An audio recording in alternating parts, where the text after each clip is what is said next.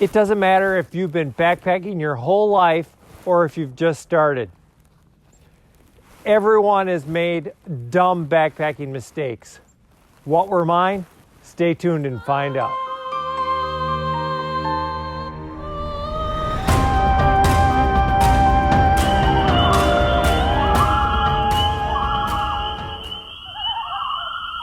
It is a beautiful February morning here in Minnesota. The temperature's hovering right around 0 degrees. The sun is out. The deer are out playing. It's a beautiful day for a hike. So I'm going to give you my top 5 dumbest backpacking mistakes that I've ever made. Coming in at number 5 was right when I first started backpacking. I had a week's worth of vacation. Never been on a long backpacking trip in my life. I had a backpack out in the garage. I decided I'm going to spend that vacation out on the Superior hiking trail and hike 100 miles. So I started planning my trip, bought a cheap tent, all this time preparing what do I bring out there. And I set up my resupplies, mailed my resupply to a post office, told all my friends this big adventure I'm going on. Finally came the day, drove up to the trail, caught my shuttle, we started hiking. After only probably a half hour, my shoulders were getting sore from that 50-pound backpack that I had. And bring the dog along is just like bringing a kid along. So I made it through about 15 miles and I looked down at my dog and he was dry heaving and I wasn't doing much better. We set up camp. Terrible storm that night. We slept right through it. We were so exhausted. Got up the next day, packed up, started hiking again, still stopping every half hour because my shoulders are so sore. And my legs were just turning into jello. I was super tired. After about 10 miles, I was like, this isn't any fun. I gotta get out of here. It was really emotional for me because, I'd spent all this effort planning this trip and telling all my friends the big adventure I was going on. And I'm not a quitter. I didn't want people to think I was a quitter. So quitting was a really big deal for me. But they came and bailed me out the next day. And that was a really good decision because if I would have kept on hiking, I think I would have injured myself, just how tired I was. So if you are going to start backpacking, start out slow. Don't try to do 100 miles your first trip. Do 10, 20 miles a night or two, staying overnight. Work out those wrinkles in your gear. Find out what you're capable of. So that was my first dumb backpacking mistake.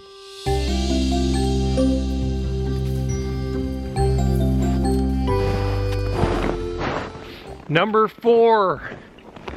This happened about 3 years ago. I was going to go on a snowshoeing adventure up on the North Shore, up on the Superior hiking trail. I took off in the morning.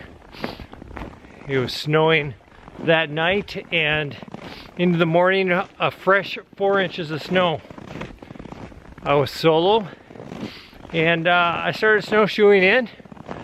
It was kind of warm out, so that snow was a little sticky, so I was kind of going back and forth between snowshoes, spikes, and nothing.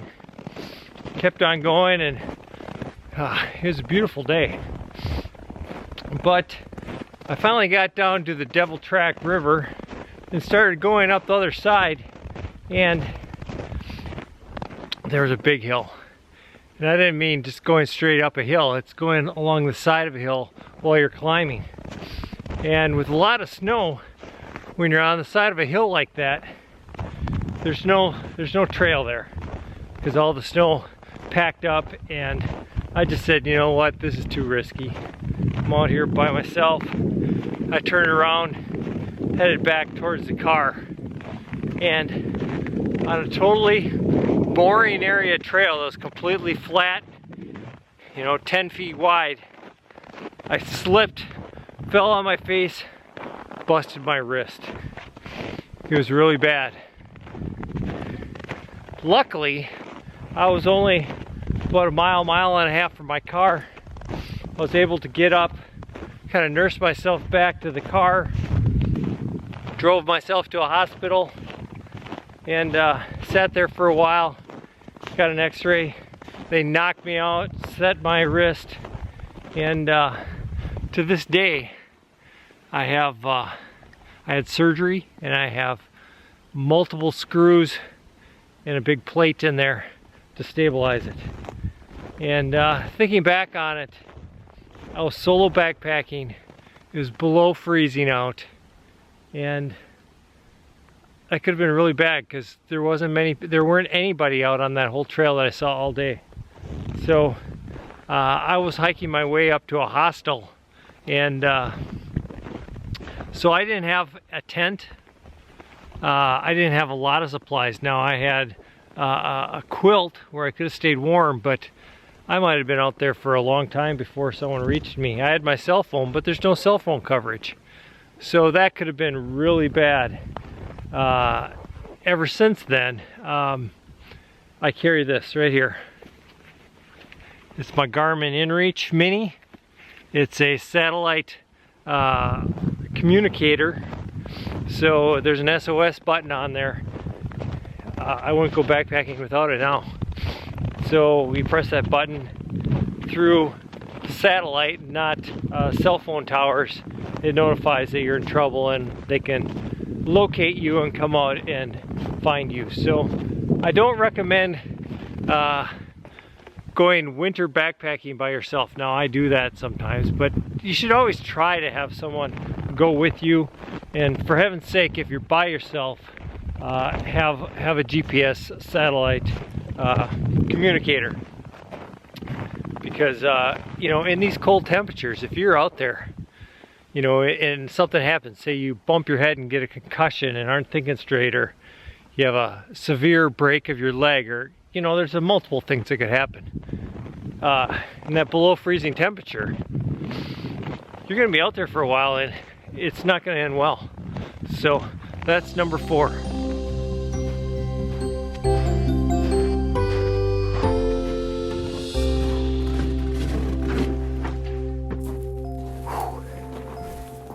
Number 3 has been an ongoing battle for me for some time.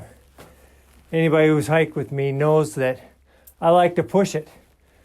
I like to go fast. I like to go far. I like to be sweaty and tired when I get to camp. But you can only take that to a certain point. In 2018, I was hiking with my buddy Chuck out in Colorado. And we really pushed it for the first 2 days, and it was pretty warm. And after camping and getting to camp the second night, I was vomiting, lightheaded, didn't feel good at all. And the next day, I ended up bailing on that hike. And looking back, I definitely had some serious heat exhaustion. You know, not recognizing that I'm hiking at over 10,000 feet in elevation, and I can't do the same amount of miles that I do when I'm down below. So that hard breathing and difficulty with the altitude contributed towards that heat exhaustion. So, you know, you got to slow down, you know, stop a half hour for lunch. And, you know, that'll help you gauge how your body's feeling, because at least when I'm hiking, I have all that adrenaline, and I can't tell how beat up and how I'm tearing up my body. So I can't tell until I get to camp and I slow down and I'm like, whoa, that was too much. I pushed too hard. So slow down, enjoy the hike, keep track of how you're feeling.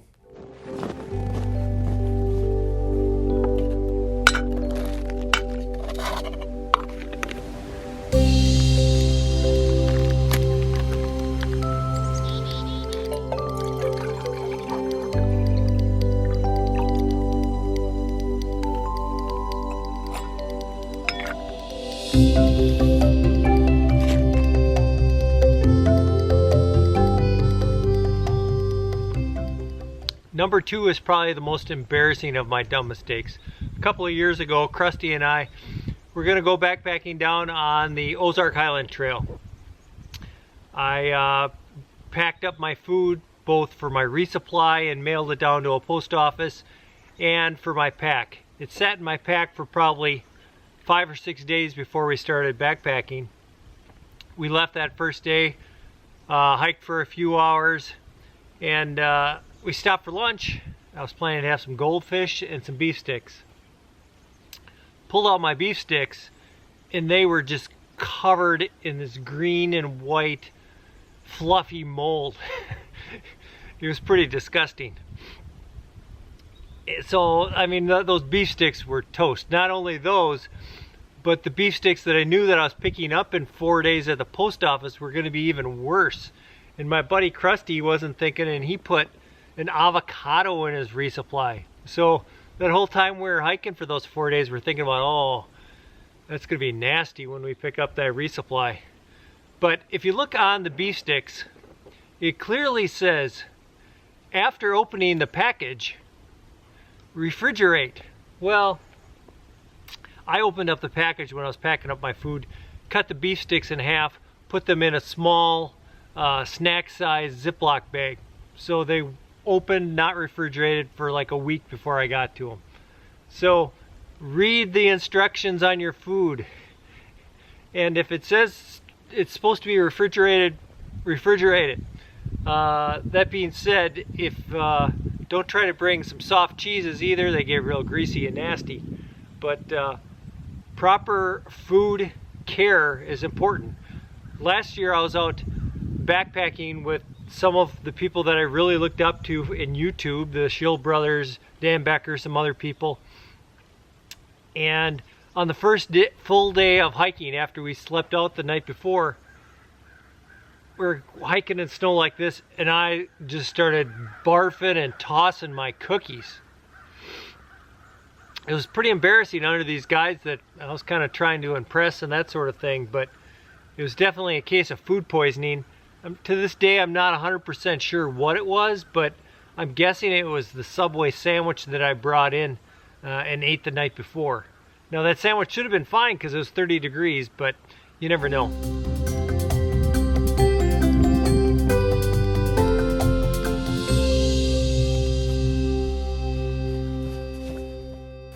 My number one backpacking mistake happened just this fall. My buddy Steven and I went up to the Boundary Waters canoe area for our first backpacking trip up there. We were doing about a 32-mile loop. We hiked a long ways that first day. Got to the campsite we had planned to camp at. We walked in and there was a guy camping there, had his campfire going. I was trying to be real friendly, talk him up. You could tell he really didn't want to talk to us. And the signs were we weren't welcome there, so we kept on going. That night we got into camp after dark, got to another site that was occupied, but luckily this time it was by backpackers who welcomed us in. We packed up the next day, kept on moving along, and it was another long day. Got to the campsite we were planning to be at. There was already some people there. They were real friendly, went in and talked to them, but they were kind of pointing out other campsites in the area that we could use. And we walked around and we looked for them, and we both have hammocks. My hammock takes a lot of room, so I couldn't really find a place to put it. So I walked back towards this campsite, but I didn't want to invade their space, and I set up my camp probably 150 feet away, kind of down a little bit of a hill on the side of a portage. It was just me. Steven found a different place to camp. I thought, I'm just going to sleep here, set up, eat dinner, go to bed. I'm not going to bug them. But I was down the hill. I had my headlamp on. It was dark. They could probably see my headlamp. And then I was down there. I'm getting ready for bed that night, stripping down, butt naked, and I hear behind me, "Hey!" I'm like, "Ah!" I'm like, "Oh, hi. What was the name of your YouTube channel again?" I'm like, Midwest Backpacker. Didn't think anything about it. Next morning, packed up, walked up to their campsite. They had a nice overview lookout, so I just walked and looked up there and kind of said goodbye and be nice. And the guy, I could tell, was a little agitated. He was friendly, but he was frustrated. He said, you know, a lot of people come up here to the Boundary Waters because they don't want to be around other people. And I was real disappointed that you camped so close to us last night, and we didn't feel like we were alone out here. So, you know, you're going to rub people the wrong way if you keep on coming into their campsites. And I was kind of embarrassed because I understand, but I'm so used to being out on Spear Hiking Trail, these other trails where you have to share your campsite and everybody's social. So number one lesson learned is kind of know the rules. If the trail that you're going on doesn't say that you have to share a campsite, the assumption is probably that you don't have to share a campsite and you should give people room. Now you can be friendly on the trail, but give them a little space in their campsites. So that's my 5 dumbest backpacking mistakes. Have you made any dumb mistakes? Comment down below if you have. And I'd love to hear about how you've been stupid too. But don't make a dumb mistake. Go ahead and hit subscribe. Hit that bell notification. You guys see what I did there? Pretty smart, huh? Check me out on Instagram. Check me out on Facebook. I have some merch available. There's a link down below. Hey, it's nice going out on a walk here in the winter in Minnesota with you. If I see you out on the trail, ask me for a sticker. I'll give you a sticker. So until next time, I'll see you back out on the trail.